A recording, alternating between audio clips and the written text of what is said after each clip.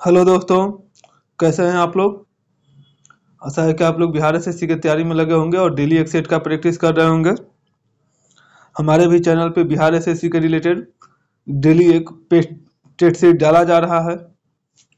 अभी हम लोग जो प्रैक्टिस सेट बना रहे हैं एडिटोरिया के बुक से बना रहे हैं। इससे पहले हमारे चैनल पे प्लेटफॉर्म के बुक से टेट सीरीज कराया गया है, जिसमें हम लोग वॉल्यूम 1 का 8 टेट सीट तक डिस्कशन कर चुके हैं। वॉल्यूम 1 का हम लोग टोटल 24 टेस्ट सीरीज था, उसका डिस्कशन कर चुके हैं। और जो वॉल्यूम 2 है इसमें हम लोग 8 टेस्ट सीरीज तक का डिस्कशन कर चुके हैं। और आज हम लोग एडिटोरिया के बुक से ये टेस्ट सीरीज 4 का डिस्कशन करेंगे। ये कौन सा टेस्ट सीरीज है? 4 है। तो इससे पहले जो नहीं देखे हैं प्लेटफॉर्म के टेस्ट सीरीज का, ये दोनों उसका वॉल्यूम कवर किया गया, वॉल्यूम 1 और वॉल्यूम 2। वो जाके देखिए। चैनल को लाइक करिए, सब्सक्राइब करिए और दोस्तों के बीच में शेयर करिए। और हर एक क्वेश्चन के साथ कुछ ना कुछ फैक्ट बताया जाता है, उसको आप लोग जरूर ध्यान में रखियो। किसी न किसी एग्जाम में पूछा जाएगा और वो क्या है कि किसी न किसी एग्जाम के लिए महत्वपूर्ण है। और जो लोग एलपी का एग्जाम के लिए तैयारी कर रहे हैं वो लोग कमेंट करें कि कौन से बुक से एलपी का प्रैक्टिस कराया जाए। आप लोग बुक का कमेंट करें, उसी से क्या किया जाएगा, आरआरबी एलपी का फुल प्रैक्टिस सेट कराया जाएगा। और ये भी प्रैक्टिस सेट जो है बिहार एसएससी का, इसका भी कोशिश किया जा रहा है कि मैथ और रीजनिंग का भी टेस्ट सीट कराया जाए। तो चलिए हम लोग एडिटोरिया के बुक से एडिटोरिया के बुक से टेट सीरीज 4 का डिस्कशन करते हैं। तो वीडियो को आप लोग जरूर पूरा देखिएगा, लाइक करिएगा और चैनल को सब्सक्राइब करिएगा। चलिए हम लोग आज का क्वेश्चन नंबर 1 देखते हैं। सम्राट शाह आलम द्वितीय ने ईस्ट इंडियन कंपनी को बंगाल बिहार तथा उड़ीसा की दीवानी कब प्रदान की थी? तो कब प्रदान की थी? तो 12 अगस्त 1765 को प्राप्त की थी। Option number C. अच्छा, 1864 के युद्ध हुआ था। युद्ध के विजय के बाद बंगाल के गवर्नर रॉबर्ट क्लाइव ने शाह आलम द्वितीय से इलाहाबाद की संधि 12 अगस्त 1765 को किया था। और इसी संधि के तहत अंग्रेजों को बिहार, बंगाल और उड़ीसा की दीवानी जो है अस्थायी रूप से प्राप्त हुई थी। नेक्स्ट क्वेश्चन हम लोग देखते हैं, क्वेश्चन नंबर 2। निम्नलिखित में से किसने भारतीय पत्रकारिता का राजकुमार कहा जाता है? तो किसे भारतीय पत्रकारिता का राजकुमार कहा जाता है? तो कृष्णदास पाल को। Option number D. अच्छा, कृष्णदास जो पाल हैं ये हिंदू पेट्रियाट के संपादक हैं। ये किसके संपादक हैं? तो ये हिंदू, पूछा जाएगा क्वेश्चन, ये किसके संपादक हैं? तो हिंदू पेट्रियाट के ये संपादक थे। और इन्हें भारतीय राजकुमार का क्या, भारतीय पत्रकारिता का राजकुमार कहा जाता है। नेक्स्ट क्वेश्चन हम लोग देखते हैं, क्वेश्चन नंबर 3। लॉर्ड डलहौजी की राज हड़प नीति के अंतर्गत निम्नलिखित में से सर्वप्रथम किस राज्य का विलय हुआ था? तो सर्वप्रथम किस राज्य का विलय हुआ था? तो सतारा का हुआ था। Option number B. Lord Dalhousie ने अपने शासनकाल में व्यापक सिद्धांत, या जिसे हम लोग क्या कहते हैं, डॉक्ट्रिन ऑफ लेफ्ट को शुरू किया। और इसी नीति के तहत अंग्रेजी साम्राज्य में डील किए गए कुछ राज्य जिसे में थे, कौन कौन थे? तो सतारा को कब किया गया था? तो सतारा को राज हड़प नीति के तहत किया गया था 1848 में। जैनपुर तथा संबलपुर को कब किया गया था? तो 1849 ईस्वी में किया गया था। झांसी को कब किया गया था? तो झांसी को किया गया था 1853 ईस्वी में। और अवध को कब किया गया था? इसको आप लोग कमेंट करिए। नेक्स्ट क्वेश्चन हम लोग देखते हैं, क्वेश्चन नंबर 4। पुस्तक ए नेशन इन मेकिंग किसने लिखा? तो जो पुस्तक है ए नेशन इन मेकिंग, इसके लेखक कौन है? तो इसके लेखक है Surendra Das Banerjee. Option number D.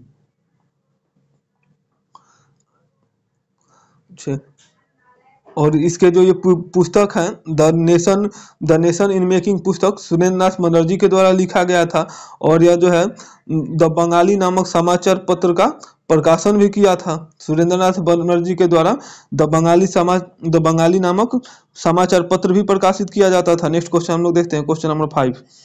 किस आंदोलन से पूर्व गांधी जी ने कहा था, मैंने रोटी मांगी थी, बदले में मुझे पत्थर मिला। तो कौन सा आंदोलन से पूर्व कहा था? तो सविनय अवज्ञा आंदोलन से कहा था, ऑप्शन नंबर सी। गांधी जी ने 11 सूत्री मांगों को बसराज इरविन द्वारा नजरअंदाज किया जाने पर सविनय अवज्ञा आंदोलन को पूर्ण दिया गया था। और महात्मा गांधी जो थे ये 12 मार्च, ये बार बार आप लोग को आया होगा, जो भी क्वेश्चन इसमें पूछ रहे हैं या बता रहे हैं, पहले कई बार ये सेट में आ चुका है, इसलिए बार बार बोलते हैं कि जो पीछे का सेट नहीं देखे हैं जाके देखिए, वीडियो को लाइक करिए और चैनल को सब्सक्राइब करिए। तो गांधी जी ने जो थे 12 मार्च 1930 को अपना प्रसिद्ध दांडी मार्च शुरू किया था और साबरमती आश्रम से अपने 78 अनुयायियों के साथ, कितने अनुयायी इनके साथ में थे? 78 थे। इन्होंने 24 दिनों की कितना टोटल दिन पूछे कितना डेज लगा था? तो 24 डेज लगा था। इसके बाद इन्होंने 6 अप्रैल 1930 को दांडी में सांकेतिक रूप से नमक कानून को भंग किया था। चलिए नेक्स्ट क्वेश्चन हम लोग देखते हैं, क्वेश्चन नंबर 6। जियात्रंग आंदोलन का आरंभ कहाँ हुआ? तो जियात्रंग आंदोलन का जो आरंभ है ये मणिपुर में हुआ, ऑप्शन नंबर ए। अच्छा, भारत के जो पूर्वोत्तर राज्य है मणिपुर, ये सविनय अवज्ञा आंदोलन के दौरान युद्धनाग के नेतृत्व में जियात्रंग आंदोलन का शुरुआत किया था। नेक्स्ट क्वेश्चन हम लोग देखते हैं, क्वेश्चन नंबर 7।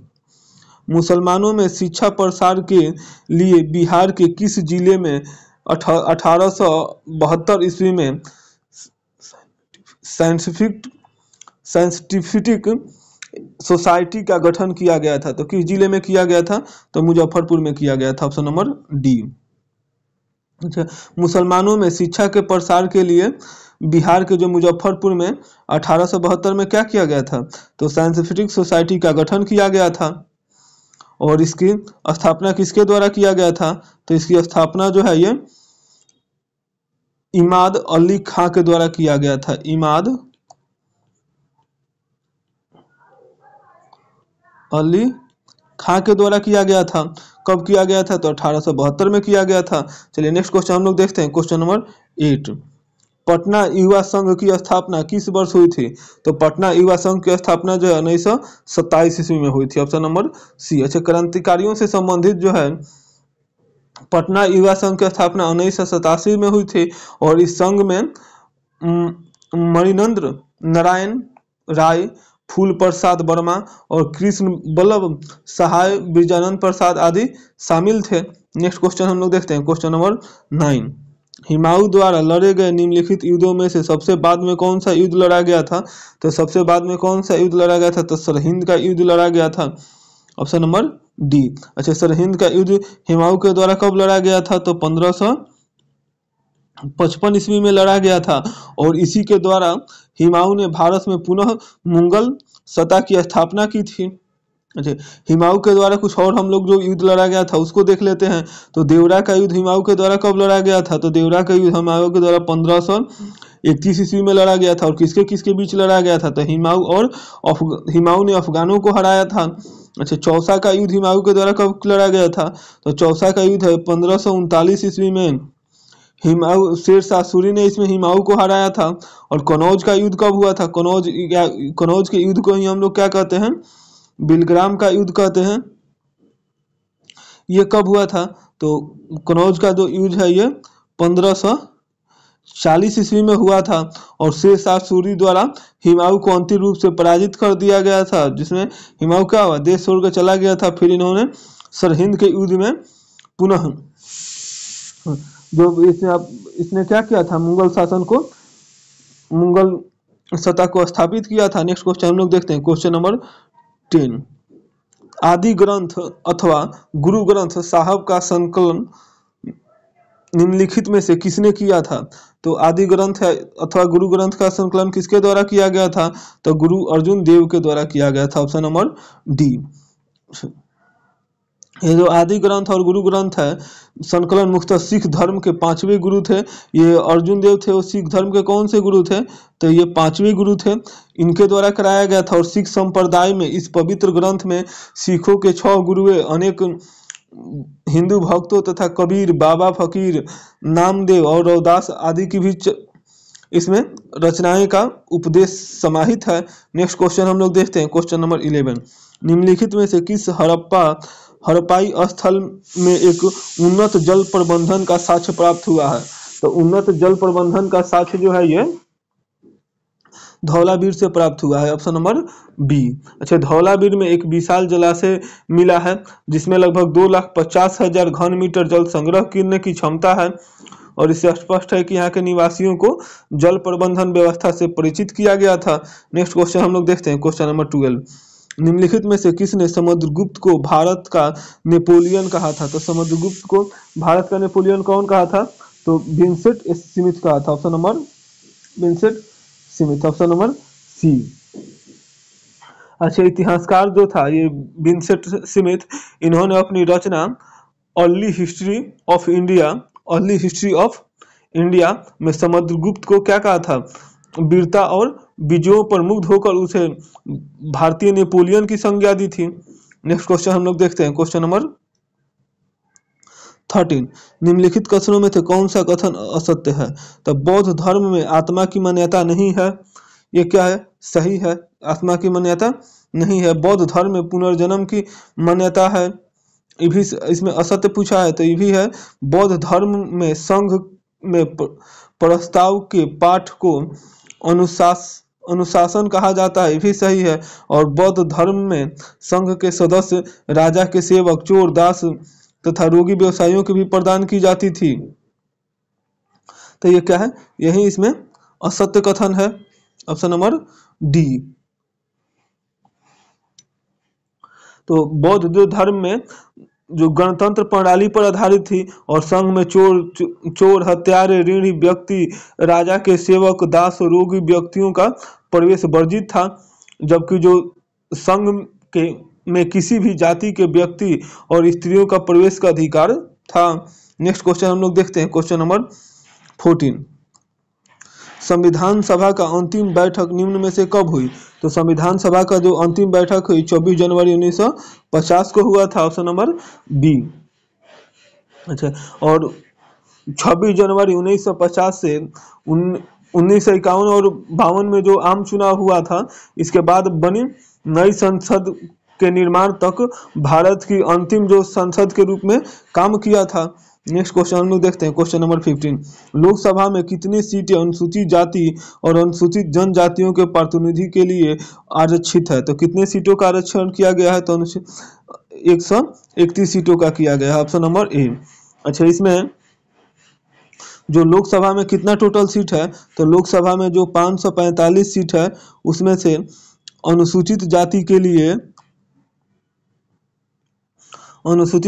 लिए 84 सीटों का आरक्षण किया गया है और अनुसूचित जनजातियों के लिए कुल 47 सीटों का आरक्षण किया गया है। तो दोनों कितना हो जाएगा? दोनों मिला के इसमें अनुसूचित जाति और जनजाति दोनों का पूछा है तो 131 हो जाएगा। नेक्स्ट क्वेश्चन हम लोग देखते हैं, क्वेश्चन नंबर 16। राष्ट्रीय पेंशन प्रणाली निजी क्षेत्रों के अंतर्गत एनपीएस से जुड़ने की अधिकतम आयु निम्नलिखित में से कौन सी है? तो अधिकतम आयु कितनी कर दी गई है? तो 65 वर्ष कर दी गई है और ये निजी क्षेत्रों के अंतर्गत जो एनपीएस जो आया है उसके अंतर्गत किया गया है। नेक्स्ट क्वेश्चन हम लोग देखते हैं, क्वेश्चन नंबर 17। निम्नलिखित में से कौन सा एक पंचशील का सिद्धांत नहीं था? तो पंचशील का सिद्धांत कौन सा नहीं था? तो शांतिपूर्ण सह अस्तित्व ये था, क्षेत्रीय अखंडता के लिए पारस्परिक समानता ये भी था, और नाभिकीय निवारण माने परमाणु प्रतिरोध ये नहीं था, और आंतरिक मामलों में हस्तक्षेप तो ये था। तो इसमें कौन सा नहीं था? तो ऑप्शन नंबर सी नहीं था। अच्छा, एक दूसरे पर आक्रमण नहीं करेंगे ये भी था, एक दूसरे के क्षेत्रों के अखंडता और संप्रभुता का पारस्परिक सम्मान करेंगे। चलिए नेक्स्ट क्वेश्चन हम लोग देखते हैं, क्वेश्चन नंबर अच्छा दिल्ली समझौता, ये जो भारत और चीन दोनों देशों के बीच जो ये पंचशील समझौता कब हुआ था? तो पंचशील समझौता जो है ये आप लोग को मालूम होगा 29 अप्रैल 1954 को हुआ था। और ये कहाँ हुआ था? तो पंचशील समझौता जो है ये दिल्ली में हुआ था। अच्छा, इसमें कौन कौन भाग लिया था उसको आप लोग कमेंट करिए, क्योंकि पिछले बार कई बार ये सेट में बचा चुके हैं। चलिए नेक्स्ट क्वेश्चन हम लोग देखते हैं। क्वेश्चन नंबर 18, संविधान सभा के उपाध्यक्ष थे। तो संविधान सभा के उपाध्यक्ष कौन थे? तो doctor H.C. Mukherjee, option number D, sorry option number B. अच्छा, संविधान सभा के अध्यक्ष कौन थे? तो डॉक्टर राजेंद्र प्रसाद थे। संविधान सभा के उपाध्यक्ष कौन थे? तो H.C. मुखर्जी थे। संविधान सभा के अस्थायी अध्यक्ष कौन थे? तो सच्चिदानंद सिन्हा थे। नेक्स्ट क्वेश्चन हम लोग देखते हैं। क्वेश्चन नंबर 19, केंद्रीय और प्रांतीय विधान परिषदों में सदस्यों को अनुपूरक प्रश्न पूछने का अधिकार किस अधिनियम के माध्यम से मिला? तो किस अधिनियम के माध्यम से मिला? तो भारत परिषद अधिनियम 1909 के द्वारा मिला, option number C. Next question हम लोग देखते हैं। क्वेश्चन नंबर 20, भारतीय सदस्यों का निहरता या अयोग्यता का प्रश्न पर निर्णय लेता है। तो इस पे प्रश्न पर निर्णय कौन लेता है? तो भारतीय निर्वाचन आयोग के परामर्श से राष्ट्रपति लेता है, option number D. Next question हम लोग देखते हैं। क्वेश्चन नंबर 21, अंतर्राष्ट्रीय अम्लीय वर्षा सूचना केंद्र स्थापित किया गया है। तो ये कहाँ स्थापित किया गया है? तो ओस्लो में स्थापित किया गया है। ओस्लो में किया गया है, ऑप्शन नंबर सी। अच्छा, अंतर्राष्ट्रीय अम्ल वर्षा सूचना केंद्र जो है ये ओस्लो में स्थापित किया गया है। नॉर्वे का कुल क्षेत्र है 5,85,252 वर्ग किलोमीटर है और इसकी जनसंख्या कितनी है? तो 50 लाख है। चलिए नेक्स्ट क्वेश्चन हम लोग देखते हैं। क्वेश्चन नंबर 22, भारतीय मानक समय युग यामुयोत्तर नहीं गुजरता है। तो भारत का जो मानक समय है ये कौन से राज्य से नहीं गुजरता है? तो ये महाराष्ट्र से नहीं गुजरता है, ऑप्शन नंबर सी। अच्छा, भारत का जो मानक समय रेखा है ये कितने राज्यों से होकर गुजरती है? तो ये टोटल 5 राज्यों से होकर गुजरती है। कौन कौन से राज्यों से होकर गुजरती है? तो ये आप लोग को बहुत बार बताए होंगे। यूपी से गुजरती है, मध्य प्रदेश से गुजरती है और छत्तीसगढ़ से गुजरती है और कहाँ से गुजरती है? उड़ीसा से गुजरती है और आंध्र प्रदेश से गुजरती है।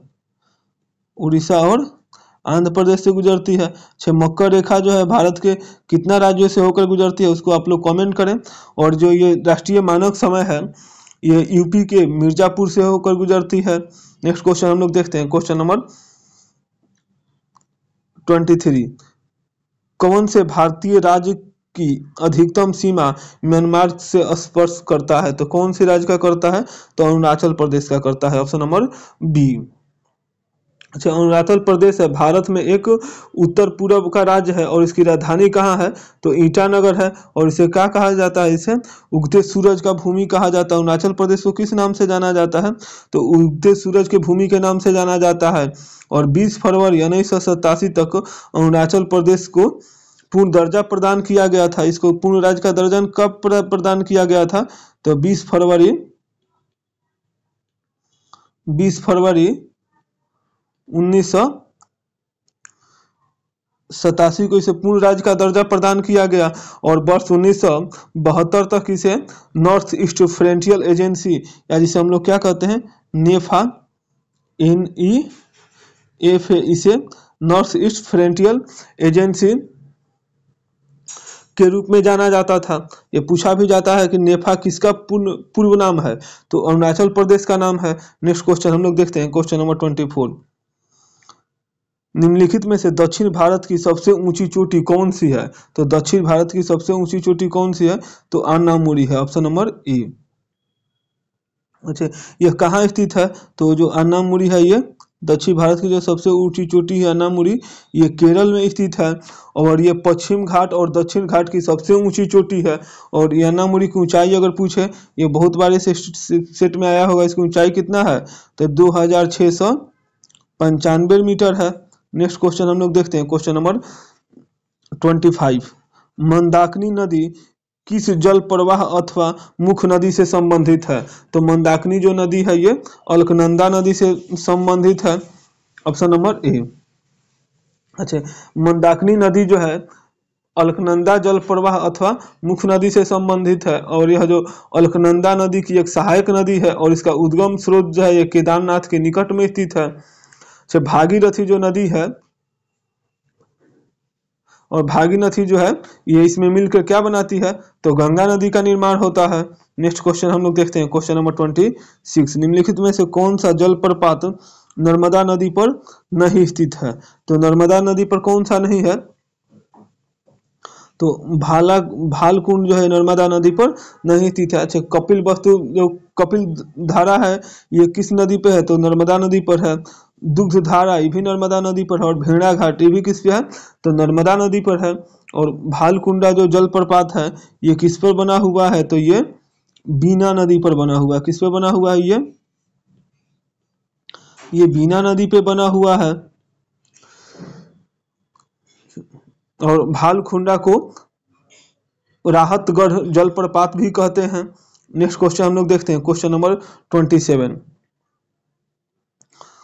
कौन सा राज्य समूह भाखड़ा नागल परियोजना से जल प्राप्त करता है, तो कौन सा राज्य करता है, तो पंजाब हरियाणा और राजस्थान। पंजाब हरियाणा और राजस्थान किस में दिया है, तो ऑप्शन नंबर सी में दिया हुआ है, तो इसका सी क्या होगा, राइट आंसर होगा। अच्छा, यह भारत की जो है ये भाखड़ा नागल जो परियोजना है भारत की क्या है, सबसे बड़ी नदी घाटी परियोजना है। और ये किस नदी पर स्थित है, ये पूछे कि कौन सी नदी पर स्थित है, तो ये सतलज नदी पर स्थित है। कौन सी नदी पर स्थित है, तो भाखड़ा नागल परियोजना है और सतलज नदी पर स्थित है। और इसका उद्देश्य क्या है, सिंचाई सुविधा और विद्युत उत्पादन प्राप्त करना। अच्छा, इस बांध की ऊंचाई अगर पूछे, इस बांध की ऊंचाई कितनी है, तो इस बांध की ऊंचाई है 740 फीट है। चलिए नेक्स्ट क्वेश्चन हम लोग देखते हैं, क्वेश्चन नंबर 28। भारत में आर्थिक उदारीकरण शुरू हुआ था, तो भारत में जो है आर्थिक उदारीकरण कब शुरू हुआ था, तो औद्योगिक लाइसेंस नीति में वास्तविक बदलाव के साथ ही शुरू हुआ था, ऑप्शन नंबर ए। अच्छा, जून 1991 में नरसिम्हा राव की सरकार के सत्ताग्रहण के पश्चात अपनाई गई जो नई आर्थिक नीति के तहत उदारीकरण का प्रारंभ हुआ, जो 24 जुलाई 1991 को हुआ था। उदारीकरण का शुरुआत कब हुआ था, तो इसकी शुरुआत हुआ था 24 जुलाई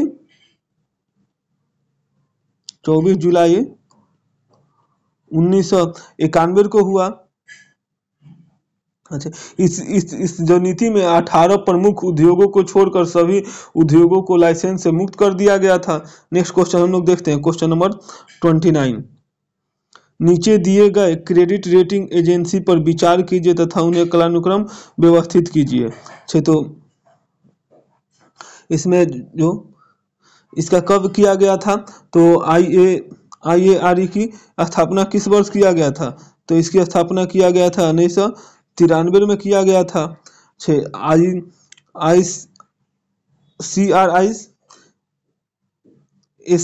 की स्थापना कब किया गया था, तो 1987 में किया गया था। और इसकी स्थापना कब किया गया था, तो 1991 में किया गया था। तो इन्हें हम लोग कालानुक्रम अनुसार व्यवस्थित करते हैं। तो सबसे पहले किसको किया गया था, तो ये आ जाएगा आपका option number A. Next question हम लोग देखते हैं, क्वेश्चन नंबर 30।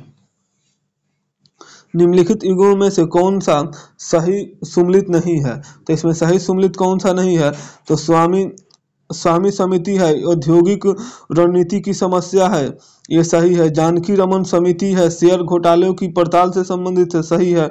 मल्होत्रा समिति है, जो बीमा क्षेत्रों में सुधार से संबंधित है, सही है। और तारपोर समिति है, ये बैंकों में ग्राहक से संबंधित है, तो यही क्या है, गलत है। तारपोर समिति जो है यह पूंजीगत खातों के रुपये की परिवर्तनीय पर सलाह देने के लिए गठित किया गया कमेटी था।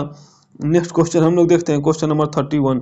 भारत में त्रिक्षेत्रीय में सम्मिलित नहीं है, तो भारत के त्रिक्षेत्रों में कौन कौन सा सम्मिलित नहीं है, तो इसमें वन एवं परिवहन है, परिवहन एवं संचार, बैंकिंग और बीमा है, इसमें वानिकी और मत्स्यिकी नहीं है, तो ऑप्शन नंबर कौन सा हो जाएगा, ये डी इसमें नहीं है, तो ऑप्शन नंबर डी दिया हुआ है। नेक्स्ट क्वेश्चन हम लोग देखते हैं, क्वेश्चन नंबर 32। भारत सरकार की राजकोषीय नीति का निम्न में से कौन सा एक उद्देश्य नहीं है, तो राजकोषीय नीति का कौन सा उद्देश्य नहीं है, तो राजकीय व्यापार का निगमन, ऑप्शन नंबर सी। अच्छा, जो भारत में जो राष्ट्रीय आय, उत्पादन एवं रोजगार के संबंध में वांछित प्रभावों को अभिप्राप्ति हेतु आगमन एवं व्ययों की सरकार द्वारा प्रयुक्त कार्य योजना राजकोषीय नीति कहलाती है। चलिए नेक्स्ट क्वेश्चन हम लोग देखते हैं, क्वेश्चन नंबर 33। भारत में खाद्य प्रबंधन का निम्न में से कौन सा एक उद्देश्य नहीं है? तो खाद्य प्रबंधन का कौन सा उद्देश्य नहीं है? तो खाद्यान्नों का निर्यात, ये उसका उद्देश्य नहीं है। तो उद्देश्य कौन कौन सा है? तो खाद्यान्नों का वितरण भी सही है, खाद्यान्नों को खरीदना भी सही है, खाद्यान्नों का बफर स्टॉक का रख रखाव भी सही है। कौन सा इसका उद्देश्य नहीं है? तो खाद्यान्नों का निर्यात।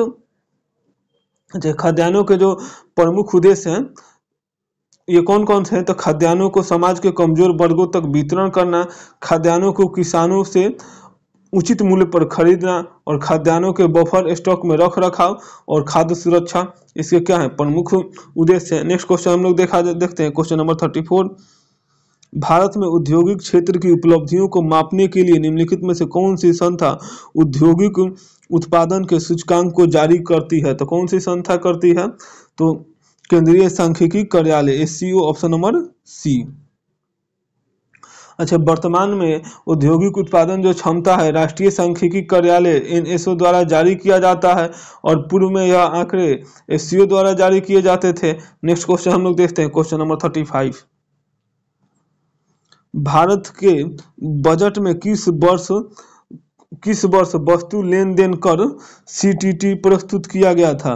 तो किस वर्ष प्रस्तुत किया गया था? तो 2013 से 14 में किया गया था, ऑप्शन नंबर ए। ऐसे CTT इसका फुल फॉर्म क्या है? तो कमोडिटी ट्रांजिशन टैक्स।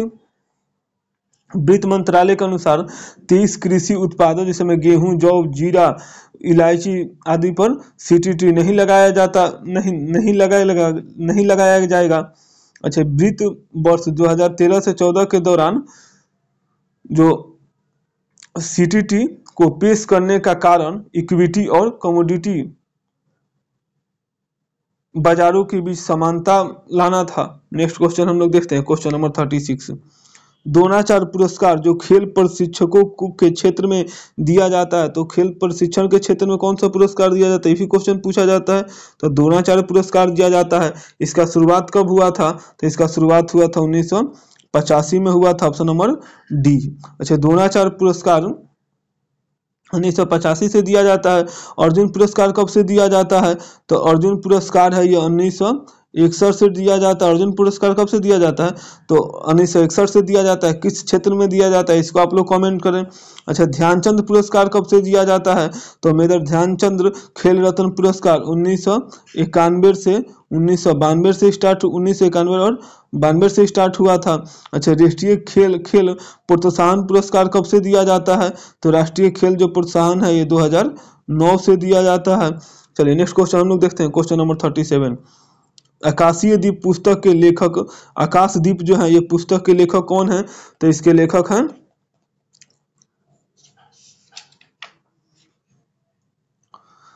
जयप्रकाश प्रसाद, ऑप्शन नंबर बी। अच्छे, पलक पुस्तक के लेखक कौन है? तो सुमित्रानंद पंत है।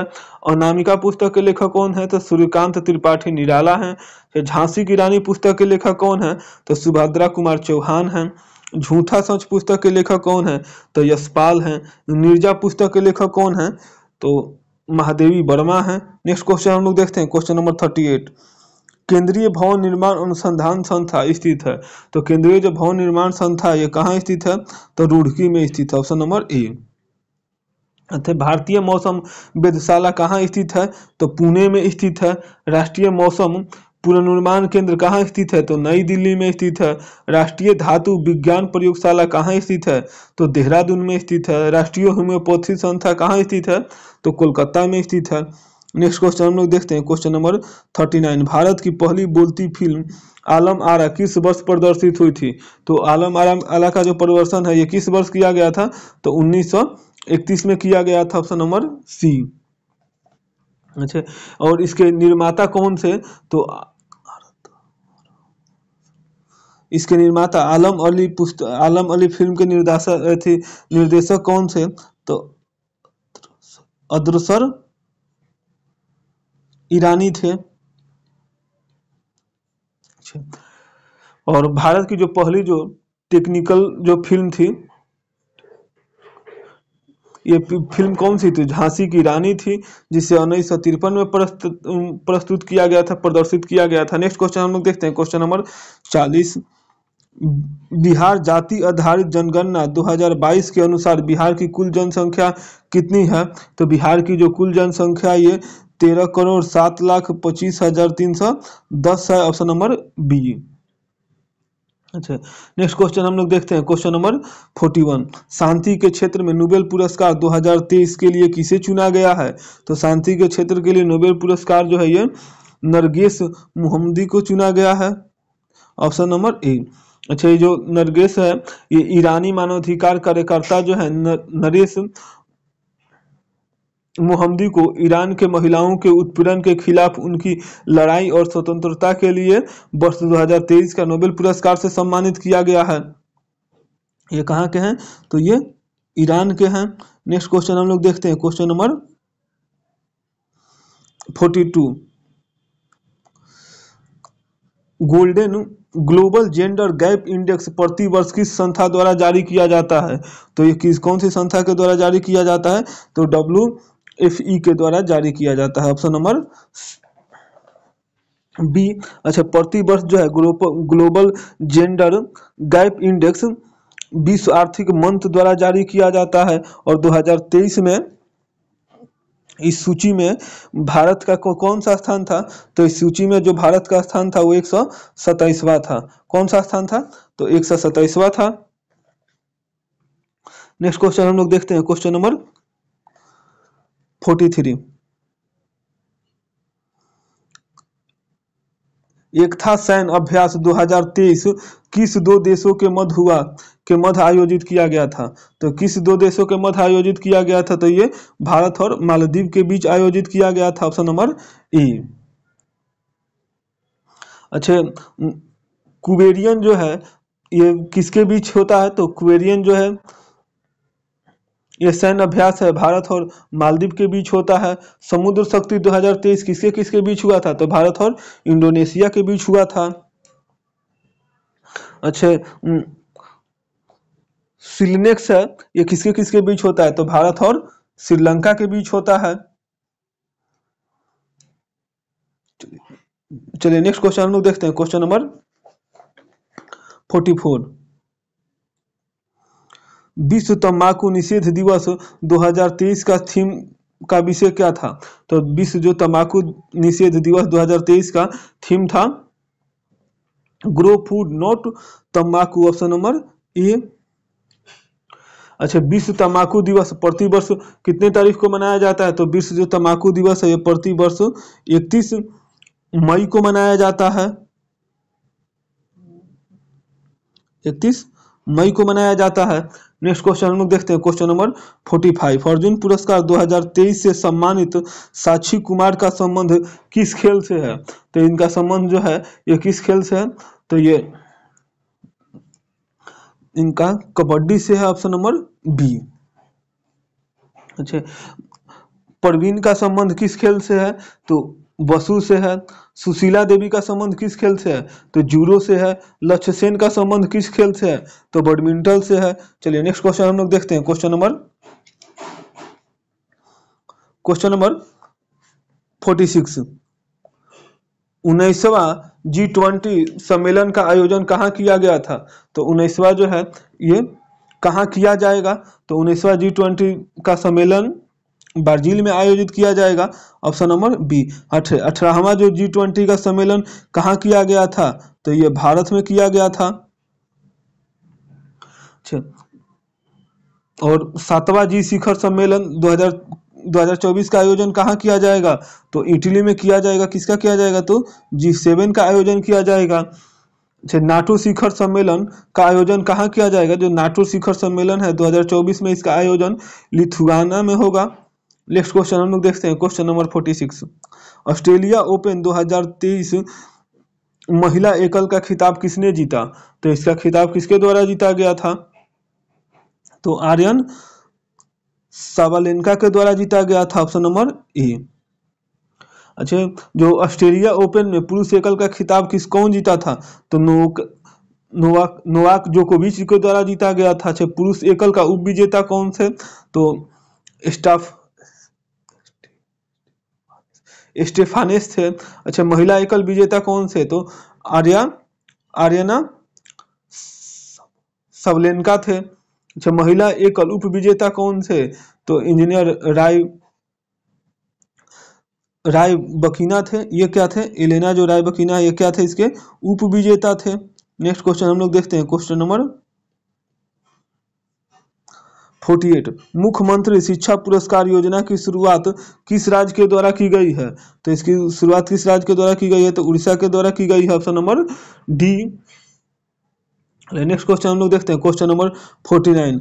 न्यू डेवलपमेंट बैंक का सदस्य देश कौन बना? तो न्यू डेवलपमेंट बैंक का जो नया देश बना था, कौन सा बना था? तो मिस्र बना था, ऑप्शन नंबर बी। अच्छे, न्यू डेवलपमेंट बैंक का मुख्यालय कहाँ स्थित है? तो इसका मुख्यालय जो है ये शंघाई में स्थित है। शंघाई कहाँ है? तो शंघाई चीन में है। नेक्स्ट क्वेश्चन हम लोग देखते हैं, क्वेश्चन नंबर 50। NVS-1 उपग्रह को किस प्रक्षेपयान के द्वारा प्रक्षेपित किया गया था? तो इसको प्रक्षेपण किया गया था GSL F-12 के द्वारा किया गया था, option number A. Next question हम लोग देखते हैं, क्वेश्चन नंबर 51। बोरेक्स निम्न में से किस धातु का अयस्क है? तो बोरेक्स जो है ये सोडियम धातु का अयस्क है, ऑप्शन नंबर ए। अच्छा, बोरेक्स का अगर आप लोग को फॉर्मूला पूछे, बोरेक्स का फॉर्मूला क्या होता है? तो इसका फॉर्मूला होता है Na2B4O7 इंटू 10H2O। ये किसका फॉर्मूला है? तो बोरेक्स का है। नेक्स्ट क्वेश्चन हम लोग देखते हैं, question number 52। Neutron, proton, electron और अल्फा कण समान गतिज ऊर्जा के साथ चल रहे हैं। कणों को उनके वेग के बढ़ते क्रम के विकल्प का चयन करें। तो ये कौन सा होगा? सबसे ज्यादा किसका होगा? अल्फा का होगा, फिर न्यूट्रॉन का होगा, फिर प्रोटॉन का होगा, फिर इलेक्ट्रॉन का होगा, ऑप्शन नंबर ए। जो द्रव्यमान जो होता है, जिसका द्रव्यमान अधिक होगा उसका वेग क्या होगा? तो कम होगा। तो इसका ये वेग का क्रम पूछा गया है, इसमें उनके वेग को बढ़ते क्रम में लिखना है। तो अगर इसका उल्टा कर दीजिएगा तो इसका क्या आ जाएगा? तो द्रव्यमान का आ जाएगा। इसका मतलब इलेक्ट्रॉन का द्रव्यमान ज्यादा होगा, फिर प्रोटॉन का होगा, फिर न्यूट्रॉन का होगा, फिर अल्फा कण का होगा। नेक्स्ट क्वेश्चन हम लोग देखते हैं, क्वेश्चन नंबर 53। श्यानता का गुण पाया जाता है। तो श्यानता का जो गुण है किसमें पाया जाता है? तो द्रव और गैसों में पाया जाता है, ऑप्शन नंबर सी। अच्छा, श्यानता जो है गैस या द्रवों में दो क्रमागत परतों के बीच उनकी अपेक्षित गति का विरोध करने वाला घर्षण बल को हम लोग क्या कहते हैं? तो श्यान बल या विस्कस फोर्स कहते हैं। और ऐसे गुणों को श्यानता या विस्कोसिटी कहते हैं। नेक्स्ट क्वेश्चन हम लोग देखते हैं, क्वेश्चन नंबर 54। लाल रक्त कण का जीवन काल कितने दिनों का होता है? तो लाल रक्त कण का जो जीवन काल होता है ये 20 से 120 दिन तक होता है, ऑप्शन नंबर सी। अच्छा, आरबीसी का जो निर्माण है ये कहाँ होता है? तो आरबीसी का अगर निर्माण पूछे या लाल रक्त कण का निर्माण कहाँ होता है? तो अस्थि मज्जा में होता है, अस्थि मज्जा में होता है। और जबकि इसका मृत्यु जो होता है कहाँ होता है? पलीहा में होता है। और उसका जीवन काल 20 से 120 दिनों तक होता है। एक स्वस्थ मनुष्य के शरीर में आरबीसी की संख्या कितना होता है? तो एक स्वस्थ मनुष्य के शरीर में आरबीसी की संख्या 44 से 55 लाख के बीच होता है। नेक्स्ट क्वेश्चन हम लोग देखते हैं, क्वेश्चन नंबर 55। ऑटो वाहनों में हाइड्रोलिक ब्रेक कार्य करते हैं। तो हाइड्रोलिक ब्रेक किस सिद्धांत पर काम करते हैं? तो ये पास्कल के सिद्धांत पे काम करते हैं, ऑप्शन नंबर ए। अच्छा, पास्कल के सिद्धांत के अनुसार यदि द्रव से भरे पात्र का दाब आरोपित किया जाता है तो समान परिमाण में समान रूप से सभी दिशाओं में संचारित होते हैं। नेक्स्ट क्वेश्चन हम लोग देखते हैं, क्वेश्चन नंबर 56। निम्नलिखित में से कौन सा एक अदिश राशि है? तो एक अदिश राशि इसमें कौन सा है? तो द्रव्यमान जो है एक अदिश राशि है, ऑप्शन नंबर सी। अच्छा, वे राशियां जिनमें क्या होती है? केवल परिमाण होती है, दिशा नहीं होता, उसे हम लोग अदिश राशि कहते हैं। और सदिश राशि कौन सा होता है, जिसे परिमाण और दिशा दोनों हो उसमें हम लोग सदिश राशि कहते हैं। तो आप लोग 5 सदिश और 5 अदिश राशि का कमेंट करिए। नेक्स्ट क्वेश्चन हम लोग देखते हैं, क्वेश्चन नंबर 57। निम्नलिखित में से किसके कारण पृथ्वी सूर्य के चारों ओर चक्कर लगाती है। तो किसके कारण पृथ्वी सूर्य के चारों ओर चक्कर लगाती है, तो परिक्रमा के कारण लगाती है, ऑप्शन नंबर बी।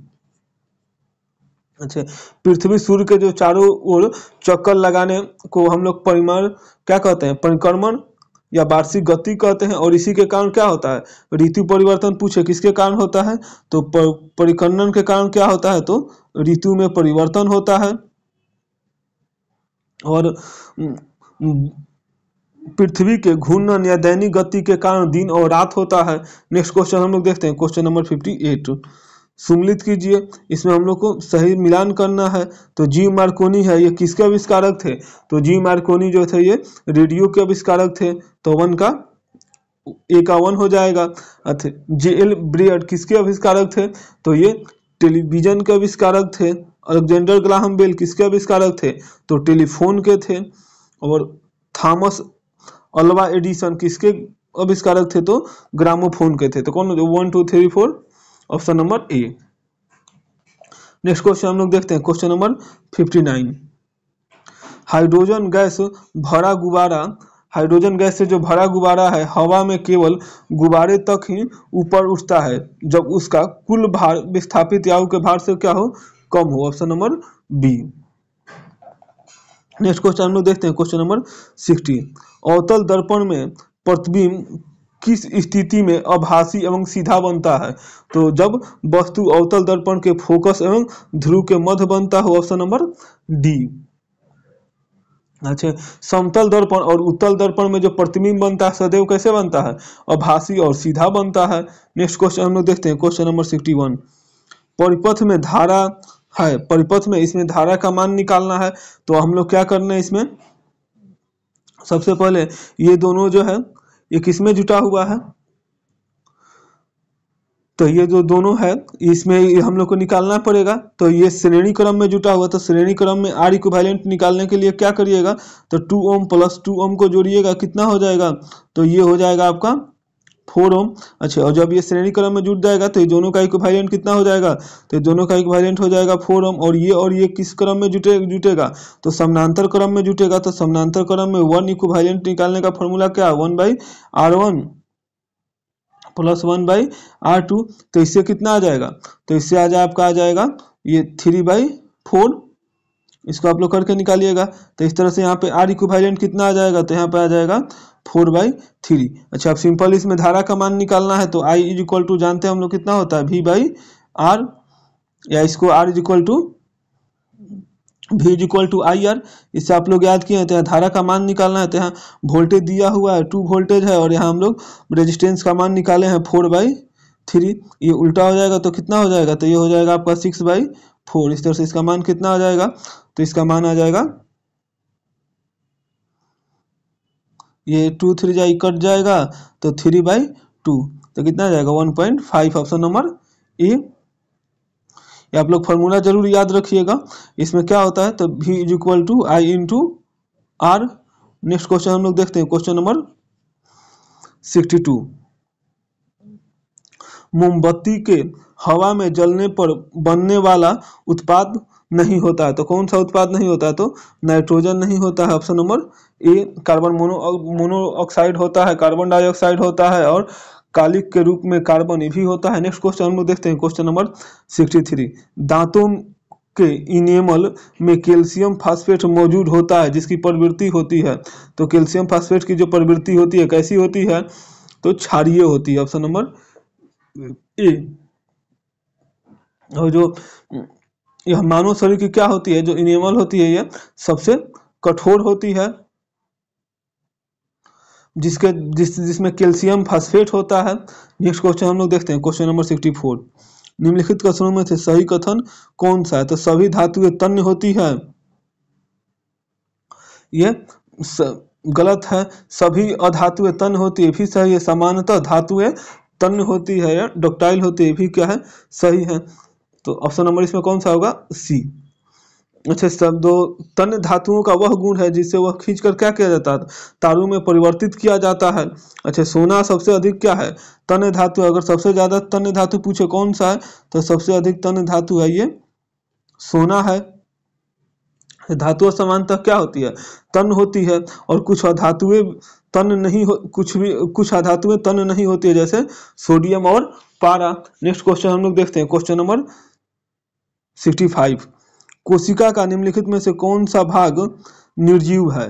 तो कोशिका का कौन सा भाग जो है ये निर्जीव है, तो रक्तिका, ऑप्शन नंबर बी। अच्छा, जीवित अंग वो है जो जिसमें प्रोटोप्लाज्मा होते हैं और कोशिका के भीतर विभिन्न मेटाबॉलिक गतिविधियों का पूर्ण करता है। नेक्स्ट क्वेश्चन हम लोग देखते हैं, क्वेश्चन नंबर 66। निम्नलिखित में से किसे कोशिका द्रव का भाग नहीं माना जाता है। तो कोशिका द्रव का भाग किसे नहीं माना जाता है, तो नाभिक को नहीं माना जाता है, ऑप्शन नंबर बी।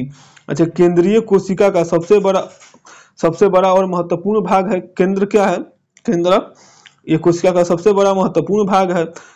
और यह जो है झिल्ली के दो परतों से घिरा होता है, जो परमाणु सामग्री को कोशिका द्रव के साथ मिश्रित होने से रोकता है। नेक्स्ट क्वेश्चन हम लोग देखते हैं, क्वेश्चन नंबर 67। धमनी और शिरा में रक्त का पीएच होता है। तो धमनी और शिरा में जो रक्त का पीएच होता है कितना होता है, तो शिरा में अधिक होता है और धमनी में क्या होता है, कम होता है, ऑप्शन नंबर सी। अच्छा, रक्त का जो पीएच है धमनी की तुलना में शिरा में अधिक होता है, क्योंकि जो शिरा में जो है ना प्लाज्मा में ऑक्सीजन रहित रक्त तथा कार्बन मोनो तथा बाइकार्बोनेट आयन के रूप में घुला होता है। नेक्स्ट क्वेश्चन हम लोग देखते हैं, क्वेश्चन नंबर 68। निम्नलिखित में से कौन सी वास्तविक रूप से मछली है। तो इसमें वास्तविक रूप से मछली कौन सी है, तो समुद्री घोड़ा क्या है, वास्तविक रूप से मछली है। अच्छा, स्टारफिश जो है ये क्या है, तो इकाइनोडर्मेटा है। अच्छा, जेलीफिश क्या है, तो जेलीफिश है ये स्टारफिश पूछे, स्टारफिश क्या है, तो इकाइनोडर्मेटा है।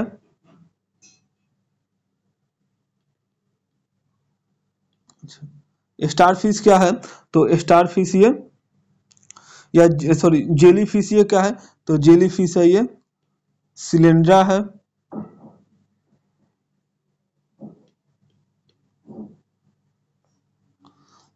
और डॉग फिश क्या है, तो ये क्या है, उपास्थिक मीन है। और ये समुद्री घोड़ा क्या है, तो एक वास्तविक मछली है। नेक्स्ट क्वेश्चन हम लोग देखते हैं, क्वेश्चन नंबर 69।